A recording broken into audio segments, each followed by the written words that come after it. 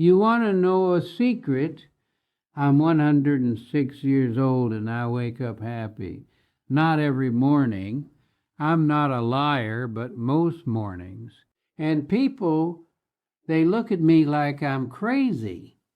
They say, "You lost your mother when you were 5. You lost your first wife at 31. You lost your second wife 2 years ago. Your shop burned down. Your son didn't talk to you for 2 years. How are you happy?" And I say, because I decided to be. That's the secret. That's the whole thing. But nobody believes it's that simple. So, let me tell you how I got there. 10 things, 10 changes. Some of them took me decades to figure out. You can start today, right now, before this video ends.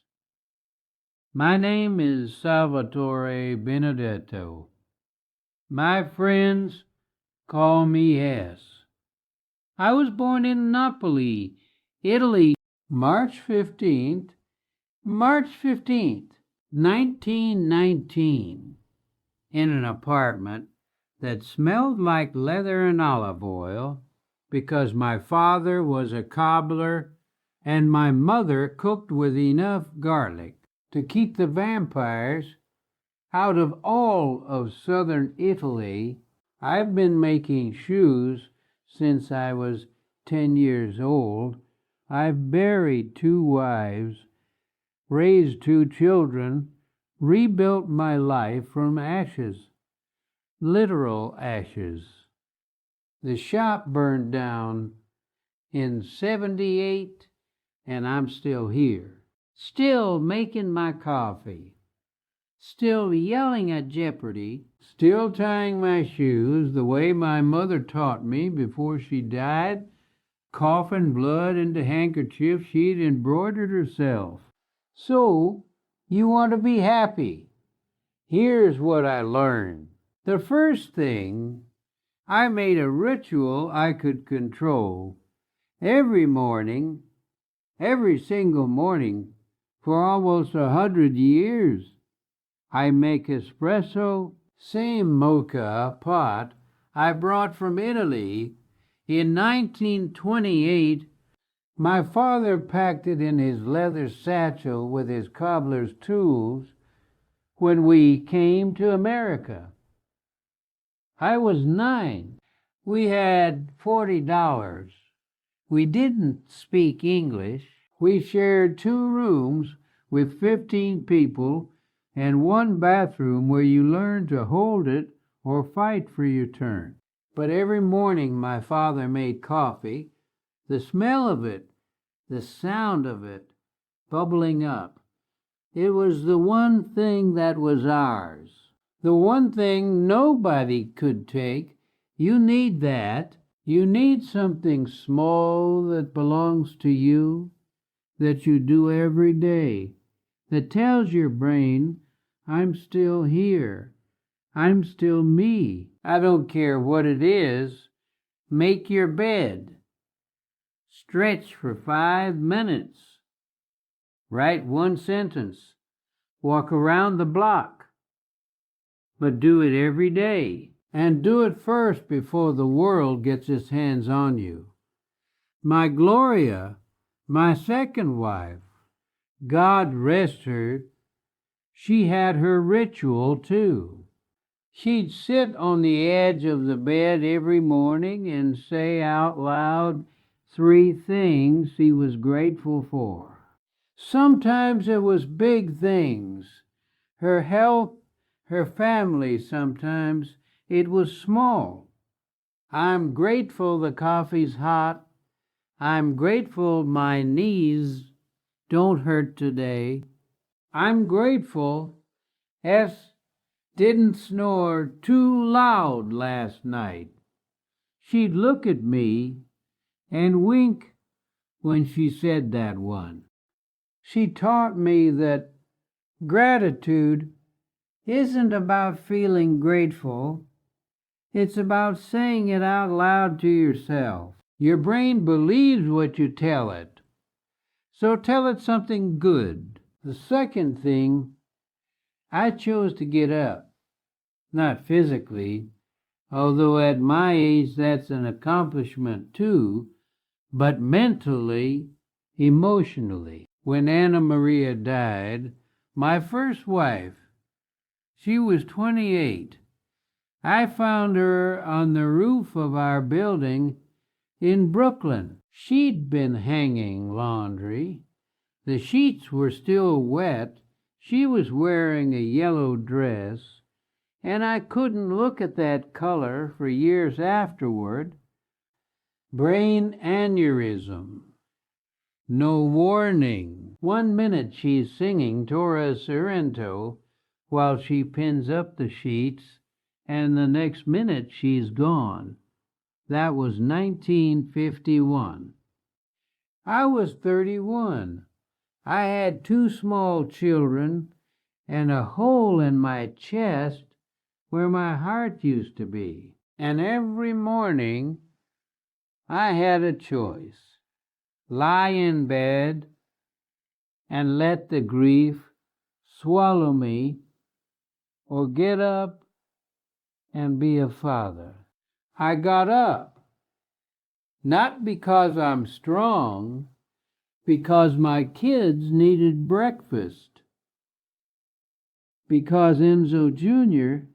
had skinned her knee, and Rosa, my sister, God bless her, she moved in to help. Rosa couldn't do it alone. Here's what I want you to understand. Happiness isn't a feeling you wait for. It's a decision you make every single day. Sometimes every single hour you decide, am I going to be bitter or am I going to be present? Bitter is easy. Bitter makes sense. Life is hard. Is hard. People let you down. Things don't work out. You have every right to be bitter, but bitterness is a poison you drink hoping someone else dies. And the only person it kills is you. So choose every morning, get up, not because life is fair. It isn't. Not because you feel like it. You won't get up because the alternative is letting the darkness win, and you're not going to give it the satisfaction. The third thing, I worked with my hands. This is important. Write this down. When I was young, I had a temper, a bad one. I got into fights defending my father's broken English, my sister's honor, my own dignity. I'd come home with bloody knuckles, and Rosa would patch me up and call me an idiot in Italian. Stupido with a hand gesture, but she never told our father. And then one day my father said to me, Salvatore, you have fire in you. Good fire is useful, but fire that burns everything is just destruction. You have to point the fire somewhere, make it build something. So I learned to make shoes. When I was angry, I cut leather. When I was sad, I stitched soles. When I didn't know what to do with myself, I shaped heels. By 15, I could make a pair of shoes from nothing. Cut the pattern, stitch the sole, shape the heel. My hands learned what my heart couldn't say. You need that. You need something you can make, not consume. Make could be anything. Cooking, gardening, woodworking, knitting, painting, fixing cars. I don't care, but your hands need to create something, because when your hands are busy building, your mind can't be busy destroying. Right now, today, find something to make. Even if it's just a sandwich, even if it's bad, make something. Feel it come together under your fingers. That's dignity. That's being human. The fourth thing, I move my body every day. I walk 4 blocks every morning. Used to be 4 miles. Now it's 4 blocks. And it takes me 45 minutes, and I have to stop twice to rest. But I walk. Movement is medicine. I'm not talking about running marathons or lifting weights. Although if that's your thing, good for you. I'm talking about moving, getting up from the chair, walking to the corner, taking the stairs when you can. My father worked until he was 82 years old, 16-hour days in the factory, then fixing shoes at night. He never exercised a day in his life, but he was always moving, always using his body. He died in his sleep at 85, and the doctor said his heart was strong as a man half his age. Your body wants to move. It was made to move. When you sit all day, you're telling it, we're done. We're waiting to die. Don't wait. Move. The fifth thing, I stayed connected. Every Sunday, I call my daughter Lucia. Every Sunday for over 60 years. She's 79 now. Can you imagine? My baby is 79, and we talk for an hour sometimes about nothing. What she's cooking, what her grandchildren are doing, whether the Mets have a chance this year, stupid stuff, important stuff. Connection isn't about having deep conversations. It's about showing up consistently, letting people know, I'm here. I'm thinking about you. You matter. My son Enzo Jr., we're not as close. He's more private like me when I was young. He's 81 now, a retired lawyer. But I send him a card every birthday. I show up for holidays. But I send him a card every birthday. I don't push. Love isn't about forcing people to be close to you. It's about leaving the door open and letting them walk through when they're ready. Who haven't you called? Who have you been meaning to reach out to? Do it today.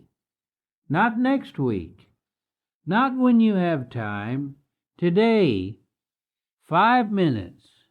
Hey, I was thinking about you. That's all. That's enough. The sixth thing, I stopped holding on to anger. This one took me the longest, maybe 60 years. When Gloria and I got married, 1991, I was 71, she was 62. My son didn't speak to me for 2 years. 2 years. His own father, because Gloria was black and he thought I was disrespecting his mother's memory. and he was stubborn like me. Like all the Benedetto men, I was furious, hurt. I wanted to write him off, tell him he was dead to me, never speak to him again. That's what my temper wanted. But here's what I learned. Holding a grudge is like carrying a hot coal. You're the one who gets burned.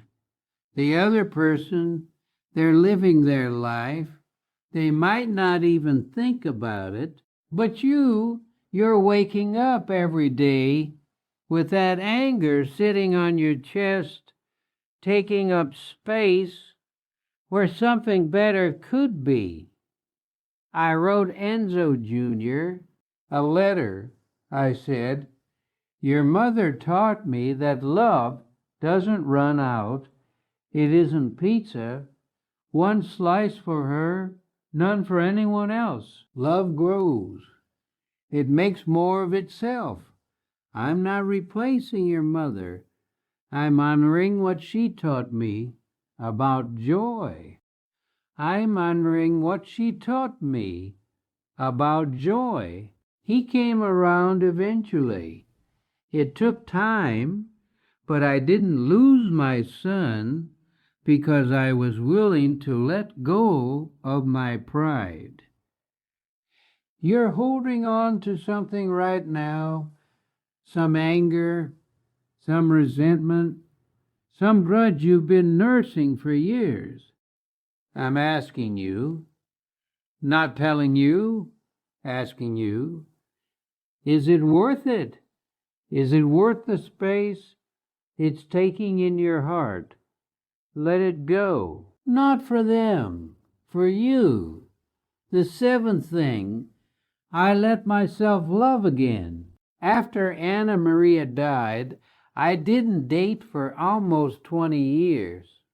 Not because I was noble, because I was terrified. Loving her had cost me so much. Losing her had broken something in me.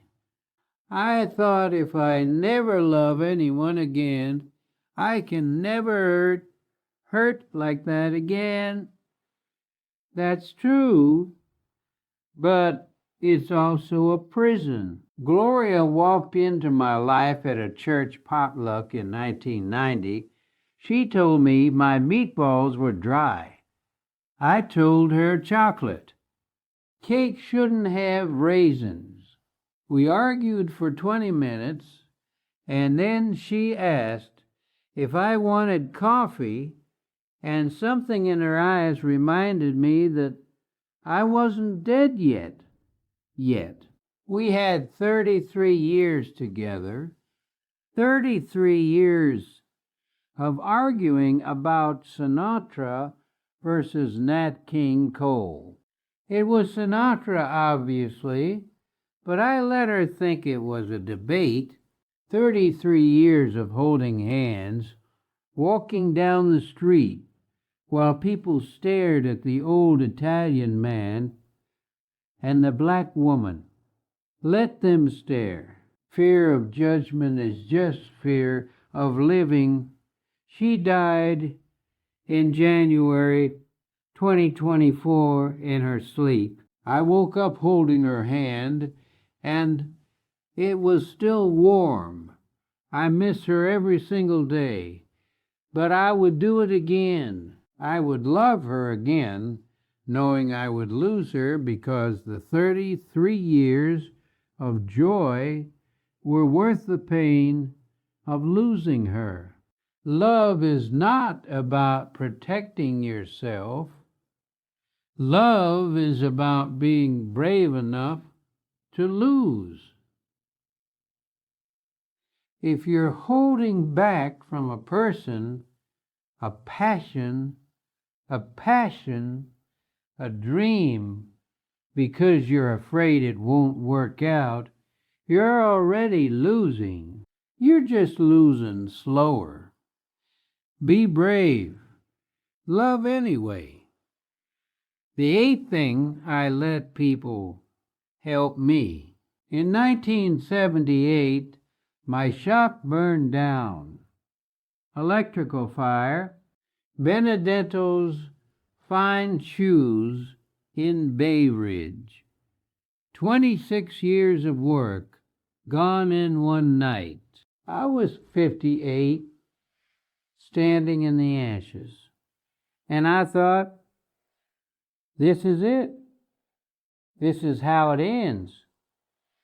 But my customers, my neighbors, they showed up. Mrs. Chen from the laundromat brought lunch every day while we rebuilt. Mr. Ali from the bar next door, who I'd argued with about politics for 20 years, he rebuilt my shelves with his own hands. The neighborhood raised money. They carried me when I couldn't carry myself. I learned something important that day.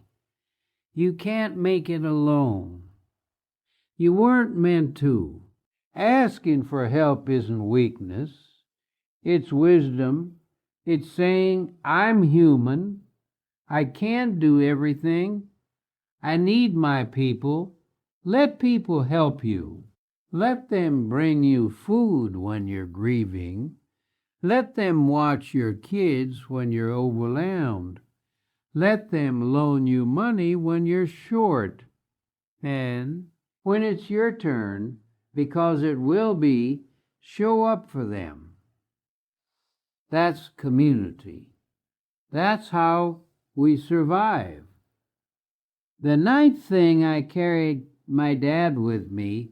My son is named Enzo after my father. My daughter is named Lucia after my mother. You carry your dad in the names of your living. I don't get over the people I've lost. I don't move on. I carry them. I tie my shoes the way my mother taught me. She died when I was 5, coughing blood into handkerchiefs she'd embroidered herself, but her fingers guiding mine that I remember. I make coffee in the mocha pot. My father packed when we left Italy. I tell Gloria's jokes to people who never met her. I cook Anna Maria's recipes for my great-grandchildren. The dead don't leave you. They live in you in your habits, your words, your laugh. Grief isn't something to overcome. It's something to honor. It's proof that you love. Who have you lost? What did they teach you? Live it. Pass it on. That's how they stay alive. The 10th thing, I got stubborn about joy. This is the most important one. This is everything. Life is brutal. I know that. I've lived through the Depression, a World War, 2 dead wives, a burned down shop, a son who wouldn't speak to me, a world that stared at me, and the woman I loved because she was black and I was Italian. I know how hard life can be. But bitterness is a choice, and joy is a choice, too. Every morning I decide today I'm going to find something to laugh about, something beautiful, something good. Not because life is fair. It isn't. Not because I'm lucky. I'm not. But because I refuse to let the darkness win. Gloria, near the end, she told me, yes, you cry when you need to, but then you get up. That's the deal. So that's what I do. I cry when I need to, and then I get up I make my coffee. I walk my 4 blocks. I walk my 4 blocks. As I call my daughter, I yell at Jeopardy when they don't know the answers. I keep living because, as long as I'm breathing, I'm not done yet. You're not done yet either. Whatever you're going through, the grief, the fear, the exhaustion, the feeling that it's all too much, you're not done. You get to decide every single day, bitter or present, darkness or light, waiting to die or choosing to live. Choose to live. That's what I learned in 106 years. That's what I'm giving you. Now go call someone you love. Go make something with your hands. Go walk around the block. Go do one thing today that your future self will thank you for. Because life is short. Even when it's long, it's short. And you don't get these days back. Don't waste them. My Gloria used to say, I talk too much. She was probably right. But she also said I had good things to say. So it balanced out. I hope something in here helped you. I hope you find your joy. Not wait for it. Find it. Make it. Choose it now. Go live your life. I mean it. And maybe learn to make a good meatball. The secret is you don't overwork the meat. Gentle hands. Like everything else in life. Gentle hands. Ciao.